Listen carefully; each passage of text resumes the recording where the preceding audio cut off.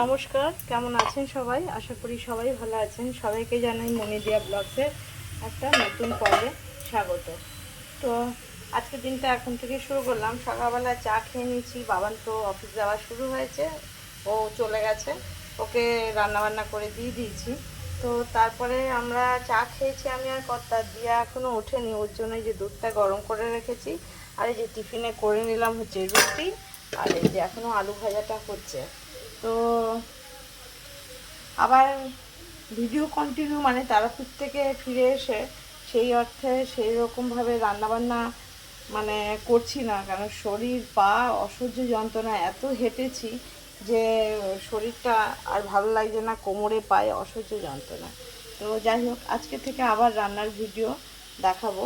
তো যাই হোক, সারাদিন সাথে থাকুন, আশা করি নিশ্চয়ই ভালো লাগবে। আর তারাপীঠের পর্বগুলো নিশ্চয়ই ভালো লেগেছে। তো যদি ভালো লাগে একটা লাইক করবেন, সাবস্ক্রাইব করে দিয়ে পাশে থাকবেন, আর সাপোর্ট করলে তাহলে খুবই ভালো লাগবে। তো যাই, এবার দিয়াকে ডেকে তুলে নেবো, ওকেও দুধটা দেবো, তারপরে রুটি তরকারি করেছি, তো সেটাই দেবো। ডিম সেদ্ধ করেছি, টিফিনে দেবো। তো সারাদিন থাকবো সাথে, কী করবো কি না করবো সব শেয়ার করবো। এখন একটা জিনিস দেখাই, এই কাঁঠালটা এই ফোনের স্ক্রিনে অত ভালো বোঝা যাচ্ছে না। এটা বোনের বাড়ি থেকে আনা। বোনের বড়ি গাছ থেকে উঠে পেরে দিয়েছে, সে এক বিশাল হাতির মাথার মতন সাইজ। এখানে হয়তো বুঝতে পারছেন না যে এটা কত বড়, কিছু না হলেও প্রায় 15 থেকে 20 কেজি মতন ওয়েট হবে। তো এখনও এটা মনে হচ্ছে পাকেনি, আর একটু পাকবে। তাছাড়া এটা খাজা কাঁঠাল, সে গাছে নাকি বিশাল বিশাল কাঁঠাল হয়েছে, মানে এই গাছটাতে নতুন হচ্ছে আগের বছর থেকে। তো এইটাও দিয়েছে, আর এই তালটা দিয়েছে আমার ছোটো যা। কালকে দুটো দিচ্ছিল, তো দুটো নিইনি। দেখুন, এই তালটা নাকি এত মিষ্টি, এটার মধ্যে নাকি চিনি দেওয়ার দরকারই হবে না, এত এটার মিষ্টি। বললো বড়া করলেও দিতে হবে না, এমনি জাল দিলেও লাগবে না। তা একদম কালো মিশমিশে, এত ভালো জাতের তাল নাকি। অ্যাকচুয়ালি সবসময় পাওয়া যায় না, মানে তাল পাওয়া গেলেও সে তেতো হয়, একটু হলুদ হলুদ হলেও অনেক সময় মানে একদম এত তিতো থাকে যে ভালোই লাগে না খেতে। কালো তালও অনেক সময় তিতো বেরোয়। তো যাই হোক, এটাও দিয়েছি আমার ছোটো যা, এটা বোনের বাড়ি থেকে এনেছি, জানি না এটা কবে পাকবে, আর এটা কি করে এত বড়টা খাওয়া হবে। তাছাড়া ছেলে খায় না, ওরাও সবাই 1-2 পিস করে খাবে। যেহেতু বোনের বর এত কষ্ট করে পেরে দিয়েছে, তো ওর জন্যই নিয়ে আসছি, কেন ওনারও তো একটা কষ্টের দাম আছে, আর ওনাকে সম্মান জানানোর জন্যই নিয়ে এসেছি। নাহলে টেনে আসা একদম মানে সম্ভবই ছিল না, যেটা কিভাবে নিয়ে আসবো। তো যাই হোক, এটাও দেখালাম ওর জন্য।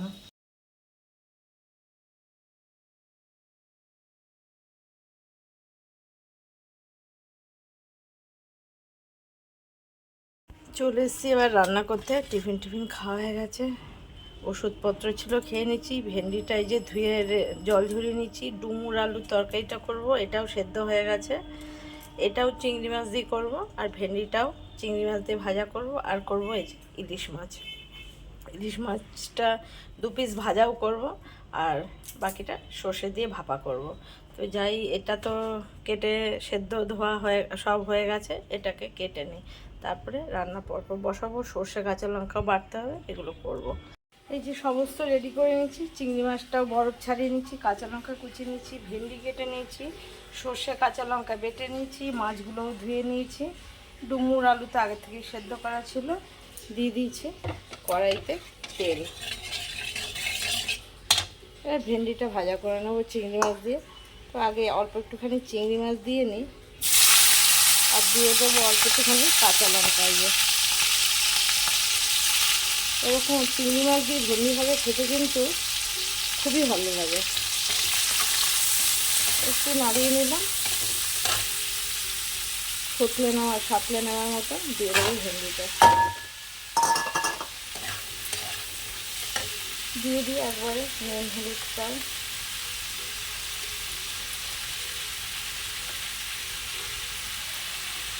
একটু দিয়ে দেবো নুন, ব্যাস। এটাই তো, আর কিছু দেওয়ার নেই। কাঁচা লঙ্কা দিয়ে দিচ্ছি, ব্যাস। প্লেন নর্মাল ভেন্ডি ভাজা, একটু চিংড়ি মাছ দিয়ে।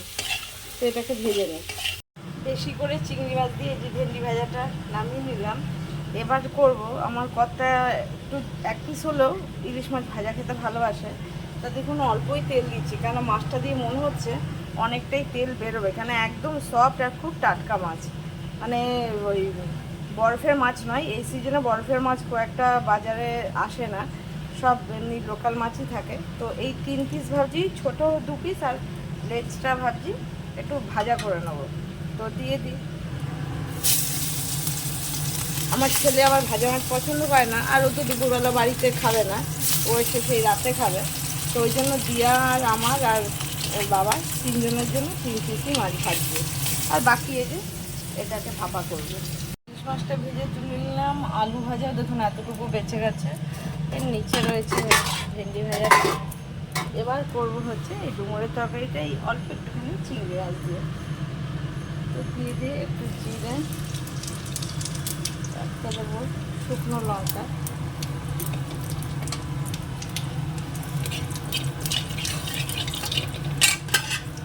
আমার ফুটে উঠেছে, দিয়ে দিচ্ছি চিংড়ি মাছটা।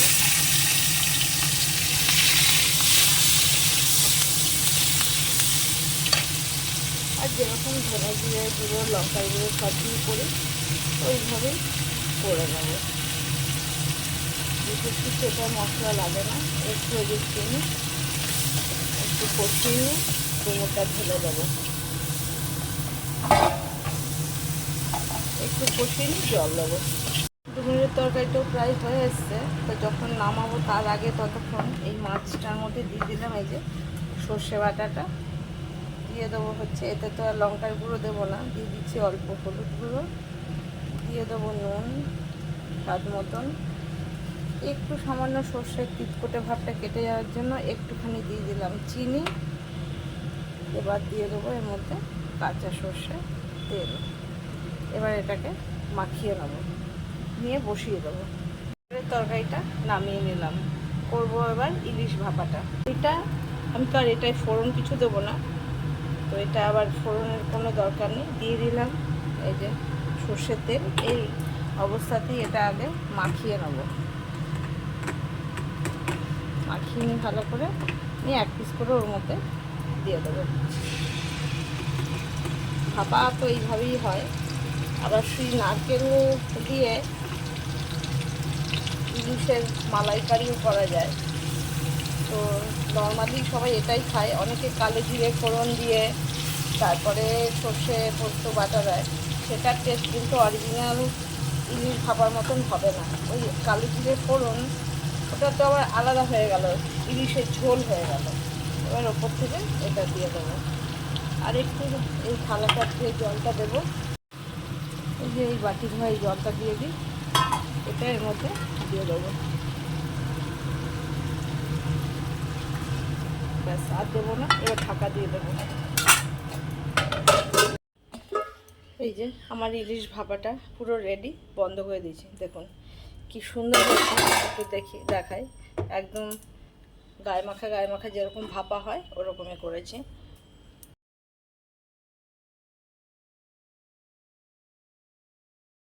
এই যে আমি ইলিশ মাছটা নামিয়ে দিয়েছি, দেখুন দেখতে কেমন হয়েছে, খুব সুন্দর হয়েছে। বলুন সুন্দর হয়েছে কিনা, খেতেও খুব ভালো হবে, কেন আমি ঝোলটাতে একটু টেস্ট করে দেখেছিলাম কীরকম হয়েছে। তো যাই হোক, আজকের মতন রান্নাবান্না তো হয়ে গেছে, চলে যাবো স্নান করতে। বন্ধুরা আমি স্নান করে পুজো টুজো করে চলে এসেছি, কিন্তু একটা বড় কঠিন কাজ রয়েছে, চলুন দেখাই সেই কঠিন কাজটা কি, যেটা এখন মানে না করলে চলবে না। তো চলুন দেখাচ্ছি। এই যে দেখুন, এটাকে তো ছাড়িয়ে নিয়েছি, এটাকে ধুয়ে নিয়ে ডেকচি নিয়েছি দুটো, আর এটা একটা নতুন ঝুড়ি, এটার মধ্যে ঘষেই এই তালের এই কাইটা বার করব। তো এটা করতে করতে আমার জানি না হাত খুলে যাবে না কি হবে, কেননা এমনি হাতে প্রচুর যন্ত্রণা হাতে পায়, কিন্তু হাত দিয়ে এটা ঘষতে ঘষতে যাই না কতদূর কী হবে, কিন্তু করতেই হবে, না করে তো উপায় নেই। তো যাই, চলুন এগুলো সব ধুয়ে চলে যাবো সামনের ঘরে, কারণ একদম এসিটা চালিয়ে বসবো, নাহলে গরমে এমনিই মরে যাচ্ছি। কিন্তু দেখুন বাইরে বৃষ্টি হচ্ছে, দেখুন এদিকে বাইরে বৃষ্টি সারাক্ষণের জন্য তো নেমেই আছে, বৃষ্টি হচ্ছে কিন্তু গরম, অসহ্য গরম। দেখুন দেখে বোঝা যাচ্ছে, এই যে বৃষ্টি পড়েই যাচ্ছে, দেখুন কি আর করবো। তো যাই, গরমের মধ্যে একটু এসিটা চালিয়ে নিয়ে ওই ঘরেই করবো। ছিলকাগুলো উঠবে না, এইভাবে এগুলোকে টেনে টেনে তুলে নিতে হবে আগে। দেখুন তালের রঙটাও খুব সুন্দর, একদম ডিপ অরেঞ্জ কালার। এগুলো সিজনের ফল, কয়েকদিন থাকবে, দেখা যাবে জন্মাষ্টমীর সময় পাওয়াই যাবে না। আগের বছর জন্মাষ্টমীর সময় এক একটা তাল 200 টাকা 400 টাকা করে বিক্রি হয়েছে, মানে 50-100 টাকার কোনো গল্পই নেই, তাও লোকে কিনতে হয়েছে। অনেকে শুনেছি মানে মিষ্টির দোকানে ওই তালের ফুলুরি মানে তালের বড়া যেটা বলে, সেগুলো লাস্টে কি করেছে, কিনে এনে সবাই পুজো দিয়েছে। কারণ এত তালের দাম মানে কি, তাল পাওয়াই যাচ্ছিল না আসলে, যাও বা পাওয়া যাচ্ছিল একটা দুটো, সেটার অনেক দাম। আগের বছর জন্মাষ্টমীটাও একটু লেটে ছিল যদিও, 6ই সেপ্টেম্বর আগের বার জন্মাষ্টমী ছিল মনে হয়, যতদূর মানে মনে আছে, মনে হয় 6ই সেপ্টেম্বর ছিল। আপনারা কমেন্টে বলবেন তো আগের বছর 6ই সেপ্টেম্বর ছিল না কবে ছিল, আমার খেয়াল নেই, মানে যেটুকু খেয়াল আছে তাতে মনে হচ্ছে 6ই সেপ্টেম্বর ছিল। তো যাই হোক, তো এইভাবেই তালটাকে পুরোটাকে এরকম করেই ছাড়িয়ে নেবো। আচ্ছা আপনারা বলুন একবার যে তালের কে কী আইটেম খান, মানে তালের বড়াটা তো অ্যাকচুয়ালি সবাই জানে, তালের বড়া ছাড়া ছোটোবেলায় আমার মাকে দেখেছি তালের একটা আইটেম করতো, সেটা উনুনে জালও দিতে হবে না, কিছু না, একটুখানি নারকেল ভালো করে কুড়িয়ে, মানে একদম একটু মিহি করে কুড়িয়ে সেটা ওই তালের কাইটার সঙ্গে মিশিয়ে একটুখানি চুন দিত, সামান্য মানে একদম অল্প চুন দিয়ে ওটাকে থালার মধ্যে পেতে রাখতো, না ফ্রিজ না কিছু, এমনি নর্মাল ঢেকে রেখে দিত।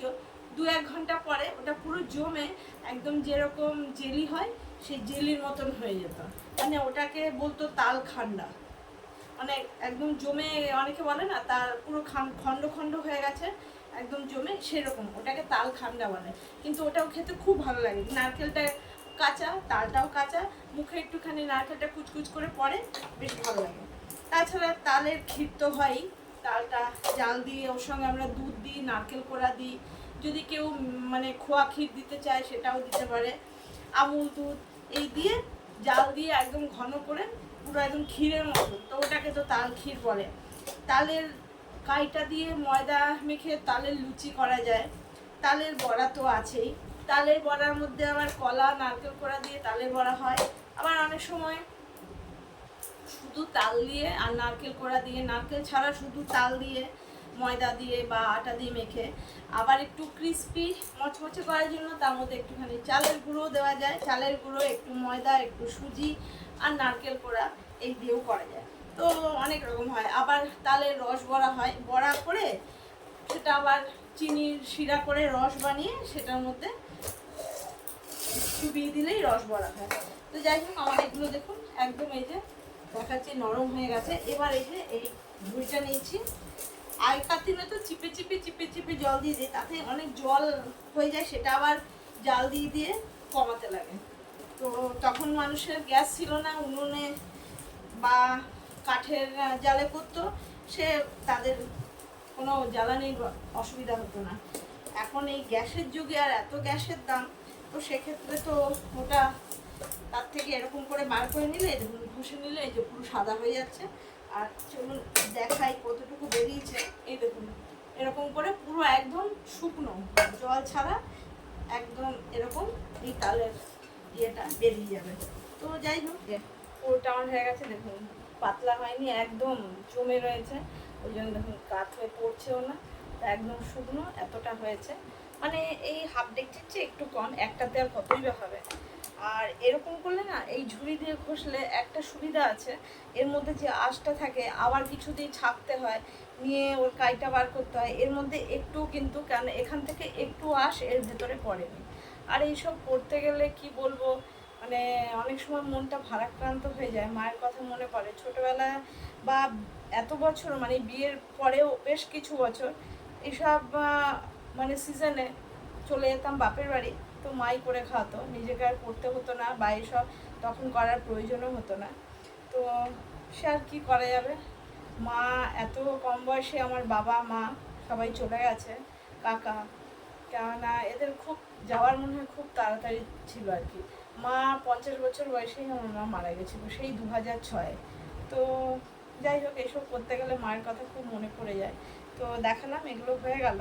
তো দেখি এটা দিয়ে কী করব। এখন তো দুপুরবেলা কিছু করব না, এখন সবাই খেতে বসে যাব। তো এটাও আপনাদের সঙ্গে শেয়ার করলাম। তো যাই, এগুলো সব গুটিয়ে নিই। আর এই যে দেখুন আটিগুলো, এই যে 3টে আটি হয়েছিল, দেখা যাচ্ছে, এই যে 3টে আটি মোটামুটি সাদা করেছি। এটার মধ্যেও কিছু একদম লেগে থাকবে না। তো যাই,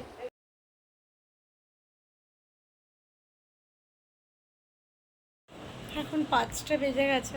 আমি আর দিয়া একটু রেডি হয়েছি। আমি তো তারাপীঠ এদিক ওদিক ঘুরে এলাম, ওকে নিয়ে যাই একটু ঘুরে ফিরে আসি।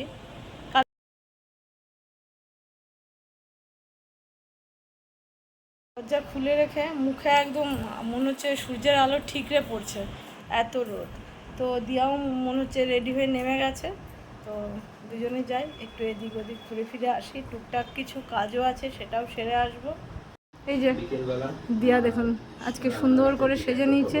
ঘুরতে যাওয়ার নাম শুনলেই তখন একটু আগেই ঝিমাচ্ছিল আর পুরো কেমন দেখাচ্ছিল, পাগলির মতন। এখন আবার সেজে গুজে নিয়েছে। 5টা বাজে, দেখ তাতে কত রোদ, একটু আগেই কত বৃষ্টি হলো। তো যাই, ও নেমে গেছে, তো বেরিয়ে পড়ি দুজনে।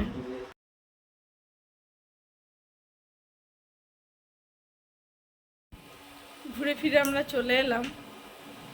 তো আজকের মতন ভিডিওটা এখানেই শেষ করব। কিছুই না, রাস্তায় ঘুরে ফিরে এলাম, একটু দোকানে গেছিলাম, বললাম যে আমার ভাগনা বউয়ের স্বাদ আছে, সেই জন্য একটু গিফট টিফট কেনার ছিল। কিনে ফুচকা টুচকা খেয়ে দুজনে বাড়িতে চলে এসেছি। বিশেষ কিছু কাজ নয়, এইটুকুই কাজ ছিল। তো সবাই ভালো থাকবেন, সুস্থ থাকবেন, সাবধানে থাকবেন। দেখাবে আবার একটা নতুন পর্বে। সবাইকে শুভরাত্রি।